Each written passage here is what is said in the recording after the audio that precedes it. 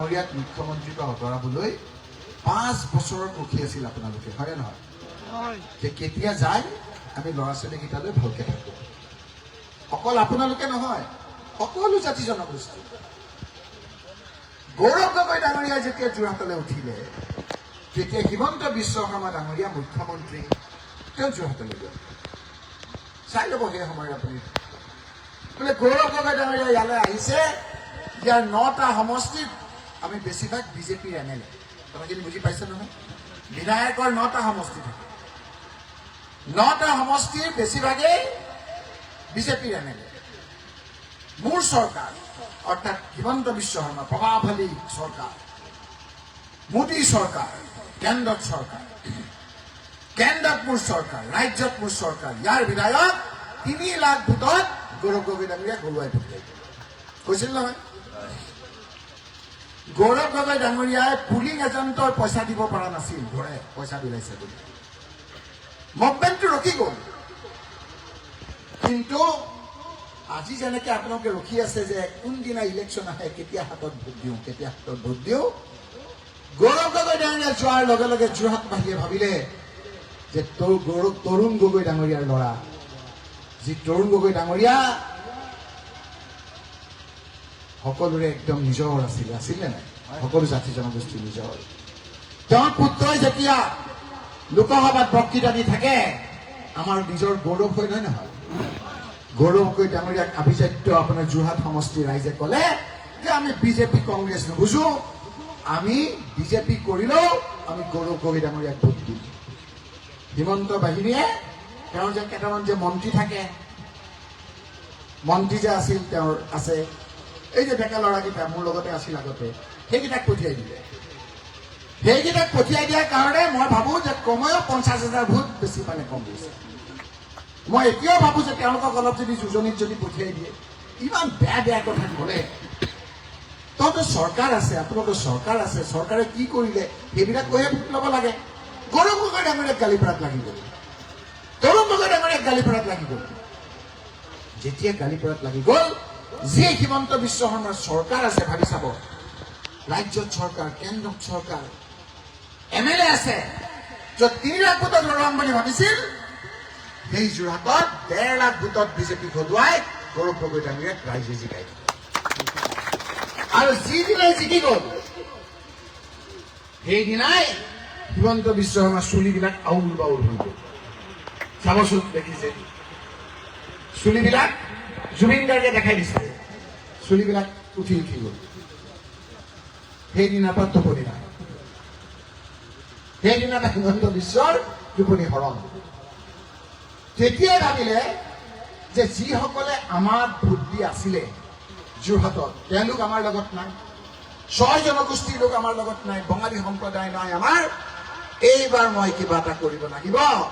লগে লগে গৌৰৱ গগৈ ডাঙৰীয়াৰ ভাষাৰে আমি যে এক্সিডেণ্ট হলে যে মাৰো, কিমান মাৰো, 108, তেওঁ লগে লগে 108 মাৰিলে বদৰুদ্দিন আজমললৈ। বদৰুদ্দিন আজমল ডাঙৰীয়া, মই বিপদত পৰিছো, মোক ৰক্ষা কৰক। যি বদৰুদ্দিন আজমল ডাঙৰীয়াই হিমন্ত বিশ্ব শৰ্মাৰ লগত লেটপেট কৰাৰ কাৰণে পৃথিৱীৰ ভিতৰত ৰেকৰ্ড সংখ্যক ভোটত পৰাস্ত কৰি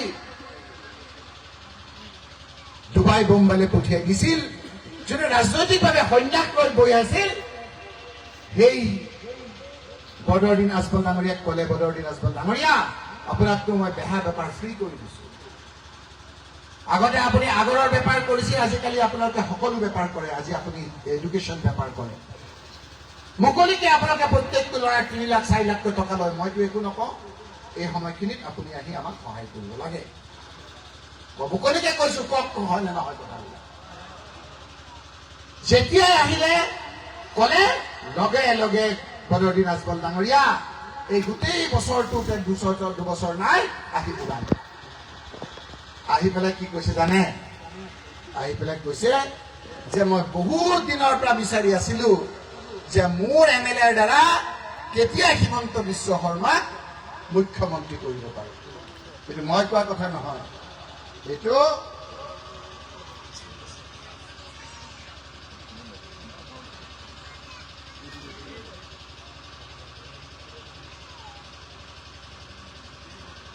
पॉलिटिक्स में आने से बहुत पहले से। अच्छा, और उन्हीं अजमल ने यह भी कहा कि हमारे भी कुछ कैंडिडेट उनके नाम पे लड़ रहे हैं। वो तो है। सबके हैं। हाँ, आजमल को भी मैं बताऊं कि इसको सपोर्ट करो, वो करेगा। मैं अगर फोन करके उनको बोल देता था जी कि बद्रू भाई ये 2 साल मेरा लोगे, आप टिकट दे दीजिए, वो दे देता था। इसलिए मेरा सबका सब रिलेशन 365 डेज का है। जी सबको मैं सबका साथ रहता हूँ, सबको मदद करता हूँ, सबसे मदद लेता हूँ। और मेरा कोई ऐसा ये वो नहीं है, तो चलता है।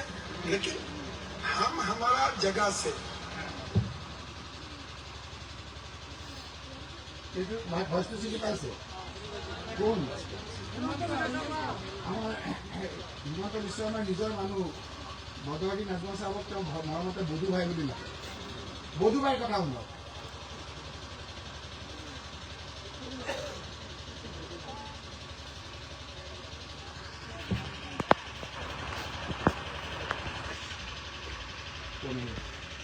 হ'ব এতিয়া থাকক, কিন্তু লাষ্ট এটা আপোনালোকক দিয়া নাই, ছ'চিয়েল মিডিয়াত শুনিছে নহয়, এটা এটাকে হেৰিব লাগিব, সদায় হেৰিলে কেনেকৈ হ'ব? ইয়াৰ মানুহেতো বুজিয়ে পায়, বুজি নাপায় জানো? তেওঁ কৈছে বদৰুদ্দিন আজমল ডাঙৰীয়াই যে মোৰ MLA দ্বাৰা মই হিমন্ত বিশ্ব শৰ্মাক মুখ্যমন্ত্ৰী বনোৱাৰ মোৰ বহুত দিনৰ এটা ইচ্ছা। আৰু হিমন্ত বিশ্ব শৰ্মা ডাঙৰীয়াই কৈছে যে बदरुद्दीन अजमल जी का बहुत दिन का तमन्ना था हमको चीफ मिनिस्टर देखने के लिए, चीफ मिनिस्टर बनाने के लिए। दुईटा मिली भोग এতিয়া আপোনালোকে সিদ্ধান্ত ল'ব যে বদৰুদ্দিন আজমল ডাঙৰীয়া UDF-ক আপোনালোকে ভোট দি হিমন্ত বিশ্ব শৰ্মাক মুখ্যমন্ত্ৰী কৰিব নে নকৰিব? বিচাৰ আপোনালোকৰ। এটা ভোট যদি আপোনালোকে UDF-ক দিয়ে, তাৰ মানে এটা ভোট কংগ্ৰেছৰ নষ্ট হ'ল ন? এটা ভোট বিজেপিৰ লাভ হ'ল। তাৰ মানে এটা ভোট আপোনালোকে UDF-ক দিয়া মানে দুটা ভোট বিজেপিক দিয়ে। দুটা ভোট বিজেপিক দিবলৈ নিদিয়ে। এই আঙুলিটোৰে আপোনালোকৰ নিজৰ ল'ৰাটোৰ মুখলৈ চাই আপোনালোকে সিদ্ধান্ত লওক। যোৱাকালি পেপাৰ মই কোৱা কথা নকয়, আকৌ প্ৰমাণ হ'ল ন্যায়ৰ বিৰুদ্ধে হুংকাৰ দিয়া মুখ্যমন্ত্ৰীৰ বদৰুদ্দিন আৰু গোপন নীতি আনি আজমলৰ বুকুচাত উঠি ৰাজ্যসভালৈ NDAৰ প্ৰাৰ্থী প্ৰমোদ। কথাখিনি বুজি পাইছেনে? আমাৰ ইয়াত মানুহখিনি আছে, বুজাই দিব আপোনালোকক, মই দি দিম। এইবাৰ আকৌ আজমলৰ বুকুচাত উঠি এই যে উজনিত যে তেওঁ যে গৰাখহনীয়া হৈছে, বৰাকত হৈছে, পাহাৰত হৈছে, আজমলৰ বুকুচাত উঠি তেওঁ এতিয়া বৈতৰণি পাৰ হ'ব বিচাৰিছে। কথাখিনি বুজিলে? সেইকাৰণে মই ঘৰুৱাভাৱে কৈছো। আজি ADF-টো মোৰ ভুল হৈছে, কিবা ADF নে কি কৈছো, ঠিক কৰি ল'ব। আজমলক শিকন্দি কৰি বিৰোধীৰ ভোট বিভাজন অংক মুখ্যমন্ত্ৰী শৰ্মা। এতিয়া ADF-এ ক'ত দিব বদৰুদ্দিন আজমল ডাঙৰীয়াই নেজানে। ADF-এ ক'ত দিব হিমন্ত বিশ্ব শৰ্মাই তালিকা বনাই আছে। ক'ৰবাত 30,000 ভোট আছে, সেই ভোট নষ্ট কৰিব লাগে, ইয়াতে দিছে সমষ্টিবিলাক, ইয়াতে দিছে ক'ত উঠাব। ৰঙা নদীত উঠাব তেওঁ, অলপ ভোট ভাল গ'লে হিমন্ত বিশ্ব শৰ্মা জিকিব পাৰিব। 20 দিন উঠিব বোলে। মানস, ৰহা, হাইলাকান্দি, বৰক্ষেত্ৰী, মঙলদৈ, লামডিং। কেতিয়াবা লামডিঙত জিকিব পাৰিব তেওঁলোক, ৰঙা নদীত জিকিব পাৰিব, কেতিয়াবা 20 দিন জিকিব পাৰিব, মানসত জিকিব পাৰিব। কিয় উঠাব ৰাইজ? আপোনালোকে বুজি নাপায়। ভোটটো ভাগ হ'লে বিজেপিৰ সহায় হ'ব। এই কথাবিলাক আমাৰ সকলোৱে এইবাৰ বুজি পাইছে। এইবাৰ আপোনালোকে বুজি পাইছে। এইবাৰ আমাৰ কাৰণে ভাল। যেতিয়াৰ পৰা আজমলৰ দল আহিছে তেতিয়াৰ পৰা আমাৰ বিপদ আহিছে। চাব আপোনালোকে, আজি যদি আজমলৰ দল নাথাকিলেহেঁতেন আজি বিজেপিৰ চৰকাৰ নহ'লহেঁতেন। সকলোৱে মিলিজুলি আমি ভালকে থাকিলোহেঁতেন। হাগ্ৰামা কওক, উজনি কওক, নামনি কওক, তৰুণ গগৈ দিনততো আমি ভালকৈ নাছিলো জানো? এই আজমল আহি গোটেই খেলি মেলি কৰি বিজেপিক বহাই আজি আমাৰ ইয়াৰ নপচি কৰি জীয়াই থাকিবলগীয়া হৈছে নে নাই? সেইকাৰণে UDF কৰা ভাইসকল, নিজৰ ল'ৰা ছোৱালীক যদি তোমালোকে ভাল পোৱা, নিজৰ সমাজখনক যদি তোমালোকে ভাল পোৱা, যদি মুখে শান্তিৰে থাকিব লাগে, এইবাৰ তোমালোকে UDF এৰা, যেনেকে বিজেপি কৰা লোকসকলে বিজেপি এৰিছে। মোৰ ক'বলগীয়া আপোনালোকক এইখিনি। এতিয়া আহিছে আঁচনি, বহুত আঁচনি দিছে তেওঁলোকে। কংগ্ৰেছে দিছিল নে নাই আপোনালোকক মহিলাসকলক? আজি পাহৰি গৈছো আমি। কংগ্ৰেছে মহিলাসকলক এটা মামনি আঁচনি দিছিল, মাজনী দিছিল, সন্তান জন্ম হোৱাৰ খবৰ পোৱাৰ দিনৰ পৰা সন্তান প্ৰসৱ হোৱাৰ দিনলৈকে কংগ্ৰেছে বিভিন্ন ধৰণৰ আঁচনি দিছিল নে নাই? বিয়া নোহোৱা ছোৱালীজনী ঘৰত থকা অৱস্থাত 10,000 টকা দিয়াৰ ব্যৱস্থা কৰিছিলে নাই? কৰিছিলে নাই? কল্পতৰু আঁচনি দিছিলে নাই? ৰাজমিস্ত্ৰীক 25,000 দিছিলে নাই? আজি আমি পাহৰি গলো এই কথাবিলাক। এইকাৰণে গৌৰৱ গগৈ ডাঙৰীয়াই কৈছে যে আমি কেনেকৈ আমাৰ চৰকাৰখনে আমি কাম কৰিম, সেই কথাখিনি চাই কৈছে আপোনালোকক ক'বলৈ। আপোনালোকেতো এই যে দি আছে যিবিলাক আঁচনি, সেইবিলাকতো পাবই, ইয়াতকে 4 গুণ বেছি আপোনালোকক আঁচনি আনিব। যিখিনি মানুহে পাই আছে সেইখিনিতো পাবই। এতিয়া চাউল পাই আছে আপোনালোকে, চাউল আগতে পাইছিল নে নাই? মই সঁচা কথা কৈ দিওঁ, চাউল আগতে কিমান পাইছিল? 3 টকাত, এতিয়া ফ্ৰী পায়। যেতিয়া 3 টকাত তৰুণ গগৈ ডাঙৰীয়াই চাউল দিছিল, তেতিয়া বজাৰত চাউলৰ দাম আছিল 25 টকা। আমি ৰাইজক 25 টকাৰে কিনি 3 টকাত দিছিলো, 22 টকা ৰাইজক ফ্ৰী দিছিলো। আৰু সেই 3 টকাৰ ঠাইত হিমন্ত বিশ্ব শৰ্মাই 3 টকাত ঠাইত ফ্ৰী কৰি দিলে, হয় নে নহয়? তেওঁলোকে কিমান কমালে? 3 টকা। আমি কিমান কমালো? 22 টকা। আমি 22 টকা কমাই চাউল দি ভোট খোজা নাছিলো। কৈছিলো নেকি যে আমি চাউল দিছো, ভোট দিয়ক? ছোৱালীবিলাকক যে 8-9-10 ছোৱালীক চাইকেল দিছিলো, আমি ভোট খুজিছিলো নেকি? 1st ডিভিজন পাছ কৰা ল'ৰা ছোৱালীক যে কম্পিউটাৰ দিছিলো, আমি ভোট খুজিছিলো নেকি? এইবিলাক চৰকাৰৰ কাম, আমি কৰিবই লাগিব। এই যে এতিয়া আগতে দালিৰ দাম কিমান আছিল, এতিয়া দালিৰ দাম কিমান? 120 টকা দালিৰ দাম। আগতে কিমান আছিল? 30 টকা 40 টকা আছিল। 30 টকা 40 টকাৰ দালি 120 টকা কৰি দিলে। মিঠাতেলৰ দাম কিমান এতিয়া? 200 টকা মিঠাতেলৰ দাম। আকৌ এই ভোট খুজিব আহিছে হিমন্ত বিশ্ব শৰ্মাই। কিমান টকা আছিল আমাৰ মিঠাতেলৰ দাম? খুব বেছি 80 টকা আছিল। পাহৰি গৈছো আজি আমি। পেট্ৰলৰ দাম কিমান? 100 টকা। কিমান আছিল? 60 টকা আছিল। ডিজেলৰ দাম 198 টকা। কিমান টকা? 98। কোনটো বস্তুৰ দাম কমাইছে? বেমাৰী এজন আপোনালোকে মুখ খুলিলে ল'লে, মুখ খুলিৰ পৰা ক'লে যে নহয় ধমাধম আপোনালোকে মেডিকেললৈ যাওক গুৱাহাটী। পইচা নাই, কোনোমতে গৈছে, ৰখাই দিলে ৰহা। ৰখাই নে নৰখাই? ৰখা। টুল টেক্সত এক্সট্ৰা পইচা দিব লাগে নে নালাগে?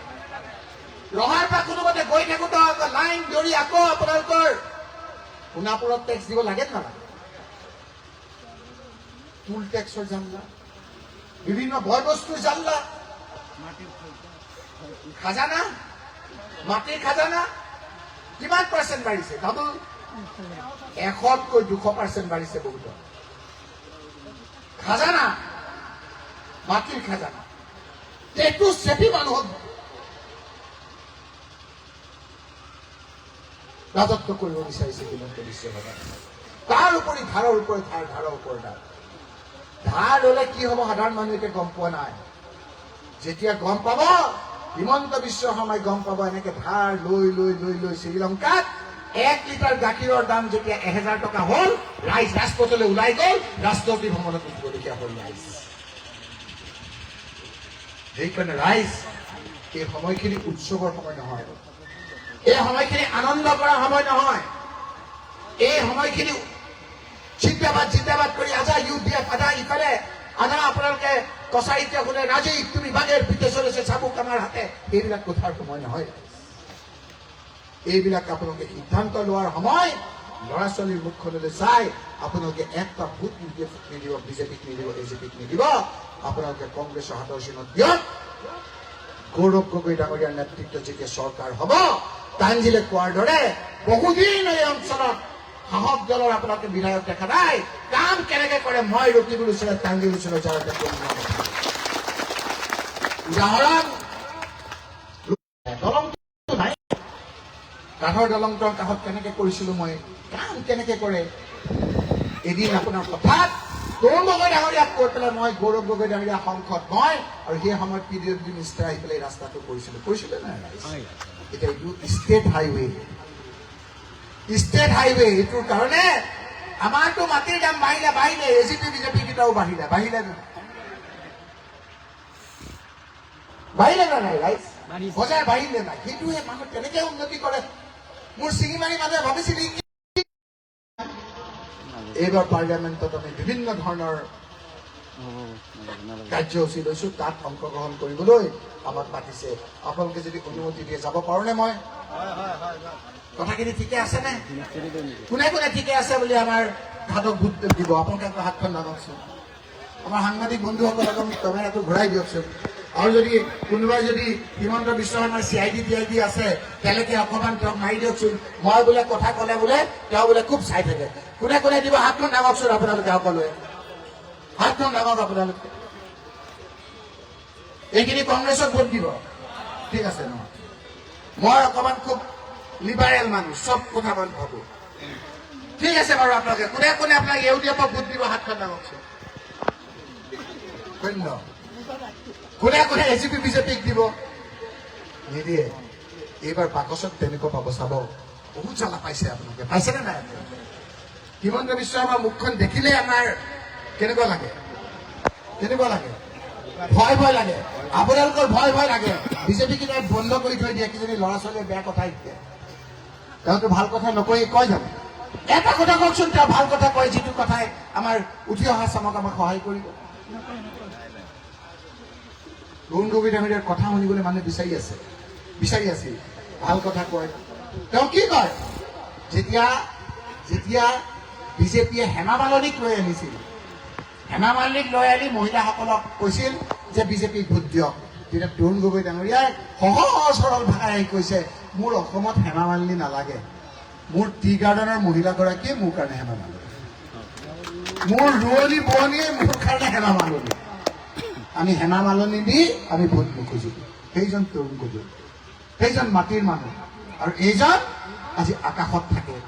আপোনালোকৰ এই দালি চেনি এইবিলাক পইচা দি তেওঁ আজিকালি আকাশ মাৰ্গ কৰি ফুৰে। বেছি দিন নাই ভগৱান আল্লাই সেই ৰাইজৰ পইচাৰ টেটু চেপি আকাশত উৰা সেই মানুহজনক মাটিত পেলাব। আপোনালোকে চাই থাকক, আপোনালোকে ক্ষমতাৰ পৰা তেওঁলোক আঁতৰি যাব। 1-1.5 মাহত আমি হাঁহি মুখে পৃথিৱীৰ ল'ৰা ছোৱালীলৈ আমি ভালকে থাকিব পাৰিম। আৰু আমাৰ আগৰ নিচিনা উন্নয়ন হ'ব, বিভিন্ন ধৰণৰ আঁচনি পাব, ল'ৰা ছোৱালী ভালকে পঢ়িব, সকলোৰে আমি মিলিজুলি থাকিম, জাতি ধৰ্ম বৰ্ণ ভাষা নিৰ্বিশেষে সকলোৱে ভাই ককাইৰ দৰে থাকিম। নিজৰ ল'ৰা ছোৱালীক ভালকৈ পঢ়াই আমি ডাঙৰ মানুহ কৰিম আৰু আমি ভয় নোহোৱাকে এখন সমাজত আমি থাকিম। হ'বনে? এইখিনি কথাৰে এই ৰোজাৰ দিনত আপোনালোকে বয়সস্থ লোকসকল আহিছে, আমাৰ মহিলাসকল আহিছে আৰু আমাৰ ডেকা শক্তিসকলো আহিছে, প্ৰেছৰ লোকসকলো আহিছে। মই সকলোকে ধন্যবাদ আৰু কৃতজ্ঞতা জনাই মোৰ বক্তব্য ইমানতে শেষ কৰিছো। ধন্যবাদ। জয় অসম, জয়।